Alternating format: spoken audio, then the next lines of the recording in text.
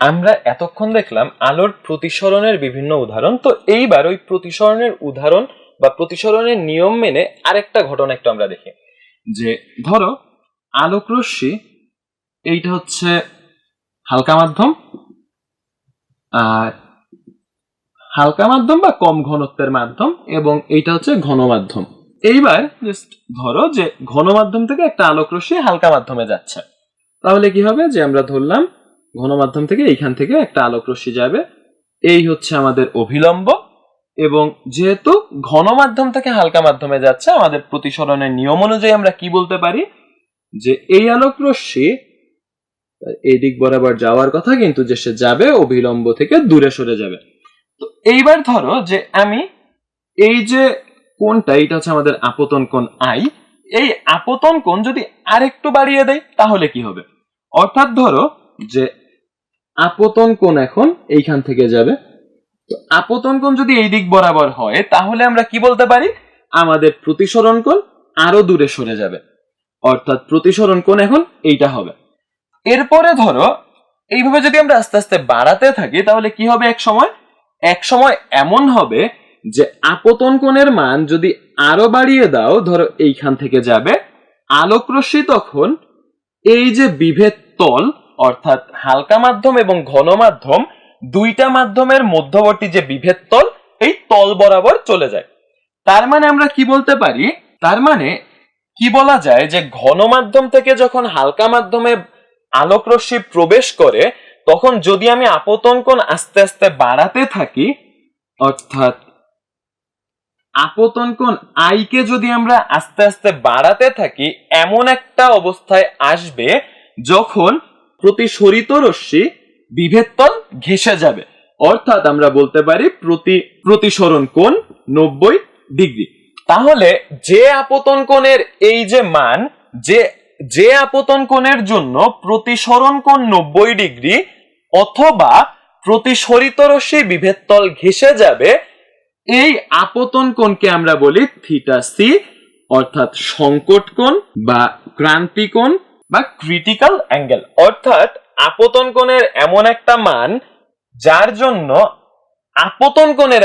মান যার জন্য প্রতিসরিত রশ্মি বিভেদ তল ঘেঁষে যাবে, অথবা প্রতিসরণ কোণ, অর্থাৎ এই যে প্রতিসরণ কোণ 90 ডিগ্রি বা এক সমকোণ হবে, তাকে আমরা বলি সংকট কোণ। এইবার একটু আবার চিন্তা করো যে আপতন কোণ এই যে সংকট কোণে আমাদের চলে এসেছে, তো এই সংকট কোণে আসার পরে যদি আমরা আপতন কোণ আরো বৃদ্ধি করি তাহলে কি ঘটনা ঘটবে?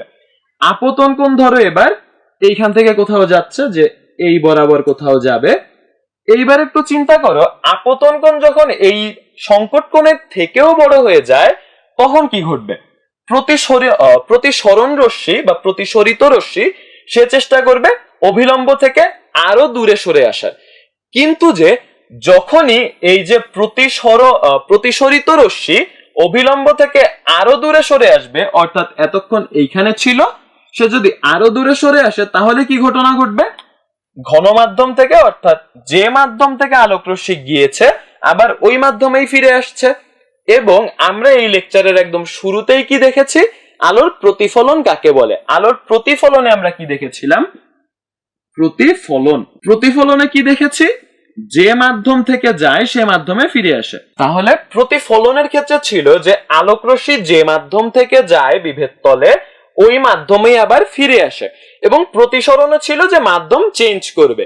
কিন্তু যে যখনই আমরা আমাদের এই যে আপতন কোণের মান সংকট কোণ থেকেও একটু বড় করে ফেলছি, তখন ঘটনা কি ঘটছে? তখন ঘটনা ঘটছে যে প্রতিসরিত রশ্মি অভিলম্ব থেকে আরো দূরে সরে যাওয়ার চেষ্টা করতে গিয়ে আবার তার নিজের মাধ্যমেই ফিরে আসছে। এবং যখনই সে তার নিজের মাধ্যমে ফিরে আসছে, এখন কি আর একে আমরা, অর্থাৎ এই ঘটনাকে প্রতিসরণ বলতে পারবো না। অর্থাৎ এখন আর এই ঘটনাকে প্রতিসরণ বলা যাবে না। যখনই সে তার নিজের মাধ্যমে ফিরে এসেছে তখন সে কি হয়ে যাবে? তখন সে হয়ে যাবে প্রতিফলন। এবং আরেকটা ব্যাপার একটু খেয়াল করো, প্রতিসরণের ক্ষেত্রে কিন্তু I not equals to R ছিল, অর্থাৎ আপতন কোণ এবং প্রতিসরণ কোণের মান সমান হবে না। কিন্তু যে যখনই এই যে আলোক রশ্মি প্রতিফলনের ক্যাটাগরিতে আবার পড়ে যাচ্ছে, অর্থাৎ সংকট কোণের থেকে আরেকটু বড় আপতন কোণের জন্য যখন সে আবার নিজের মাধ্যমে আগের মাধ্যমে ফিরে আসছে তখন প্রতিফলন হয়। প্রতিফলনের ক্ষেত্রে আমরা কি দেখেছিলাম, আই সমান সমান আর হয়, অর্থাৎ এইখানে প্রতিফলন এই যে আপতন কোণ আই এবং এই প্রতিফলন কোণ আর সমান হবে। তাহলে এই হচ্ছে আমাদের এইখানে তাহলে কি ঘটছে, এইখানে হচ্ছে প্রতিফলন। এই যে ঘটনাটা, অর্থাৎ সংকট কোণে দুইটা ভিন্ন মাধ্যম প্রতিসরণ হওয়ার কথা ছিল, কিন্তু যে সংকট কোণের থেকে একটু বড় কোণ করে দিয়েছে এই জন্য প্রতিফলন হয়েছে, এই ধরনের প্রতিফলনকে আমরা বলি পূর্ণ অভ্যন্তরীণ প্রতিফলন। এখন প্রতিফলন কেন বলছি, যে মাধ্যম থেকে গিয়েছে ওই মাধ্যমে ফিরে আসছে। তাহলে অভ্যন্তরীণ কেন বলছি, অভ্যন্তরীণ বলছি যে দুইটা মাধ্যম ছিল, এক মাধ্যম থেকে আর এক মাধ্যমে যাওয়ার কথা থাকলেও সে তার নিজের মাধ্যমে ফিরে আসছে, অর্থাৎ অভ্যন্তরীণ মাধ্যমেই থাকছে, একটা মাধ্যমের নিজের অভ্যন্তরীণ ব্যাপার হয়ে যাচ্ছে সে, এই জন্য আমরা বলছি অভ্যন্তরীণ।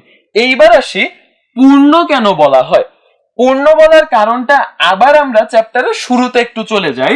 চ্যাপ্টারের একদম শুরুতেই কি ঘটনা ছিল, যে কোন একটা আলোকরশ্মি যদি কোনো গ্লাস মাধ্যমে পড়ে তো এই জানালার কাচে বা বিভিন্ন গ্লাসে আমরা আমাদের যে বিম্বটা দেখি এটা কি হয়, অস্পষ্ট।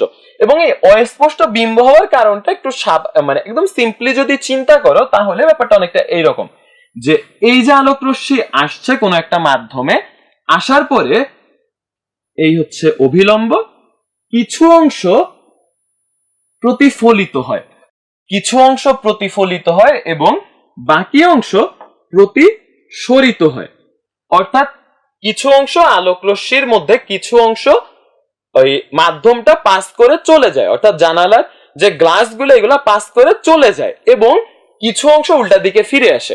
যে অংশটা ফিরে আসে আমরা শুধু ওইটাই দেখি, এই জন্য ওইটা অস্পষ্ট থাকে। কিন্তু যে এই যে আমরা যে ঘটনাটা এতক্ষণ দেখলাম পূর্ণ অভ্যন্তরীণ প্রতিফলন, পূর্ণ অভ্যন্তরীণ প্রতিফলনের ক্ষেত্রে কি হচ্ছে, যার প্রতিফলিত হওয়ার কথা সে তো এমনিতেই প্রতিফলিত হবে, কিন্তু যে অংশটার প্রতিসরিত হওয়ার কথা ছিল তার ক্ষেত্রেও কি হচ্ছে, সেও আস্তে আস্তে, অর্থাৎ আপতন কোণ যার প্রতিসরিত হওয়ার কথা ছিল, আমরা আপতন কোণের মান আস্তে আস্তে বাড়াতে বাড়াতে এই অংশটাকেও, অর্থাৎ এই যে অংশটা একেও আমরা উপরের দিকে তুলে ফেলছি, অর্থাৎ এই অংশটাকে আমরা প্রতিফলনের ভিতরে নিয়ে আসছি, অর্থাৎ এখন আলোকরশ্মির পুরো অংশটাই প্রতিফলিত হচ্ছে। এই জন্যই বলা হয় পূর্ণ অভ্যন্তরীণ প্রতিফলন। তো এই হচ্ছে আমাদের সংকট কোণ এবং পূর্ণ অভ্যন্তরীণ প্রতিফলন। তো এবার একটা জিনিস দেখাই যে পূর্ণ অভ্যন্তরীণ প্রতিফলন এটা কোথায় ব্যবহার করা হয় তার একটা উদাহরণ আমরা দেখি। এই যে পূর্ণ অভ্যন্তরীণ প্রতিফলন এটা হচ্ছে আমাদের অপটিক্যাল ফাইবারে ব্যবহার করা হয়। অপটিক্যাল ফাইবার, ফাইবার মানে তন্তু, তন্তু বা খুবই চিকন সুতার ন্যায় আর কি, এবং অপটিক্যাল এসেছে আসলে অপটিক্স থেকে। অপটিক্স মানেই হচ্ছে আলোক সংক্রান্ত বা আলো বলা যায়। তো অপটিক্যাল হচ্ছে, অপটিক্যাল ফাইবার এমন একটা তন্তু বা এমন একটা তার বা সুতা যেখানে আমরা আলো ব্যবহার করি। তো এই অপটিক্যাল ফাইবারের ভিতরে আমরা পূর্ণ অভ্যন্তরীণ প্রতিফলন ব্যবহার করি। কিভাবে করি একটু দেখো। এই যে অপটিক্যাল ফাইবার বাস্তবে হচ্ছে আমাদের মাথার যে চুল আছে এই চুল থেকেও বেশি সূক্ষ্ম বা বেশি চিকন। তবে এখানে জাস্ট তোমাদের বোঝানোর জন্য একটু বড় করে আঁকছি, যে ধরো এই হচ্ছে একটা অপটিক্যাল ফাইবার। তো এই অপটিক্যাল ফাইবারের ভিতরে কি ঘটনা ঘটে, যে ধরো তির্যক ভাবে একটা আলোক রশ্মি এখানে প্রবেশ করানো হলো। এই যে মাধ্যমটা, অর্থাৎ এই যে মাধ্যম এবং অপটিক্যাল ফাইবারের যে মাধ্যম এবং বাইরের যে বায়ু মাধ্যম দুইটা অবশ্যই ভিন্ন ঘনত্বের। তখন কি ঘটনা ঘটছে, তখন ঘটে কি যে এই আলোক রশ্মি পূর্ণ অভ্যন্তরীণ প্রতিফলনের কারণে আর অপটিক্যাল ফাইবার অতিক্রম করে বাইরে আসতে পারে না, সে আবার ব্যাক করে আবার এইখানে যায়, এইখান থেকে আবার এইদিকে ব্যাক করে, এইখান থেকে আবার এইভাবে জাস্ট ধাক্কা খেতে খেতে, অর্থাৎ এই যে পূর্ণ অভ্যন্তরীণ প্রতিফলন প্রতিফলিত হতে হতে সামনের দিকে যেতে থাকে। তারপরে ধরো এই একটা সিগন্যাল, এইখান থেকে ধরো এই আরো একটা সিগন্যাল আসবে, তারপরে ধরো এই দিক থেকে আসলো আর একটা। তো এরকম বিভিন্ন ভাবে যে বিভিন্ন রশ্মি জাস্ট প্রতিফলিত হতে হতে অপটিক্যাল ফাইবারে আলোক রশ্মি সামনের দিকে যায়, অর্থাৎ কোনো তথ্য বা বিভিন্ন ধরনের সিগন্যাল সে সামনে নিয়ে যায়। এই ক্ষেত্রে অর্থাৎ এই যে অপটিক্যাল ফাইবারে এইভাবে আমরা পূর্ণ অভ্যন্তরীণ প্রতিফলন ব্যবহার করি। তো এইবার পূর্ণ অভ্যন্তরীণ প্রতিফলন, এতক্ষণ তো আমরা দেখলাম পূর্ণ অভ্যন্তরীণ প্রতিফলন। তো পূর্ণ অভ্যন্তরীণ প্রতিফলনের জন্য দুইটা শর্ত আছে। শর্ত দুইটা কি কি? শর্ত দুইটা আমরা একদম শুরুতেই যখন আমরা উদাহরণ পূর্ণ অভ্যন্তরীণ প্রতিফলন বোঝার চেষ্টা করেছি তখনই আসলে আমাদের দেখা হয়ে গেছে। তো ওই জিনিসটাই আবার একটু রিভিউ করি, জাস্ট একবার একটু একসাথে বলার জন্য। প্রথমত আমরা একদম শুরুতেই কি দেখেছি যে ঘন মাধ্যম থেকে হালকা মাধ্যম, এবং এইটা যদি হয় তার সংকট কোণ থিটা সি এই দিক বরাবর যাবে এবং তার থেকে বড়। আমরা এইরকমের কিছু একটা উদাহরণ দেখেছিলাম একদম শুরুতে পূর্ণ অভ্যন্তরীণ প্রতিফলন বোঝার জন্য, যে সংকট কোণ থেকেও যখন আপতন কোণের মান বড় হয়ে যায় তখনই পূর্ণ অভ্যন্তরীণ প্রতিফলন হয়। তাহলে আমরা কি বলতে পারি? এক নম্বর হচ্ছে আপতন কোণ সংকট কোণ থেকে বড় হতে হবে। তাহলে পূর্ণ অভ্যন্তরীণ প্রতিফলনের জন্য আমরা একটা জিনিস দেখলাম, আপতন কোণ সংকট কোণ থেকে বড় হয়েছিল। এইবার আরেকটা জিনিস একটু দেখো, সংকট কোণ এইটা কখন তৈরি হবে? আমরা বলেছি ঘন মাধ্যম থেকে হালকা মাধ্যমে যাচ্ছে। যখন ঘন মাধ্যম থেকে হালকা মাধ্যমে যায় তখন ঘটনা কি ঘটে? যে ধরো এখানে আমরা আবার দেখি যে ধরো এই হচ্ছে ঘন মাধ্যম, এটা হচ্ছে হালকা মাধ্যম। তাহলে আলোক রশ্মি যখন ঘন মাধ্যম থেকে হালকা মাধ্যমে যাবে সে অভিলম্ব থেকে দূরে সরে যাবে। কিন্তু যে যদি উল্টাটা ঘটে, অর্থাৎ যদি হালকা মাধ্যম থেকে ঘন মাধ্যমে আসে তাহলে কি হবে? এই হচ্ছে হালকা মাধ্যম থেকে ঘন মাধ্যম, তখন অভিলম্বের আরো কাছে চলে আসে। তাহলে এবার একটু বলো, কোনোভাবে কি এইটা পসিবল যে হালকা মাধ্যম থেকে ঘন মাধ্যমে যাও আমরা আলো দিব, যে আলো হালকা মাধ্যম থেকে ঘন মাধ্যমে প্রবেশ করবে এবং এই যে বিভেদতল ঘেঁষে যাবে? এটা কি কখনো সম্ভব না। কেননা আমাদের যদি বিভেদতল ঘেঁষে যেতে হয়, আলোক প্রতিসরিত রশ্মিকে যদি বিভেদতল ঘেঁষে যেতে হয় তাহলে তার অবশ্যই অভিলম্ব থেকে আস্তে আস্তে দূরে সরতে হবে। তার মানে এই যে সংকট কোণ তৈরির জন্যই আমার শর্ত হচ্ছে আলোক রশ্মিকে অবশ্যই ঘন মাধ্যম থেকে হালকা মাধ্যমে প্রবেশ করতে হবে। কেননা যদি হালকা মাধ্যম থেকে ঘন মাধ্যমে আলো প্রবেশ করে তখন আলোক রশ্মি অভিলম্ব থেকে দূরে সরে না গিয়ে বরং অবিলম্বের আরো কাছে চলে আসে। তার মানে আমাদের অপর যে শর্ত, অপর শর্ত হচ্ছে আলোক রশ্মি ঘন মাধ্যম থেকে হালকা মাধ্যমে প্রবেশ করে। তাহলে এই দুইটাই হচ্ছে আমাদের পূর্ণ অভ্যন্তরীণ প্রতিফলনের শর্ত, যে আপতন কোণ সংকট কোণ থেকে বড় হবে এবং আলোক রশ্মি ঘন মাধ্যম থেকে হালকা মাধ্যমে প্রবেশ করবে।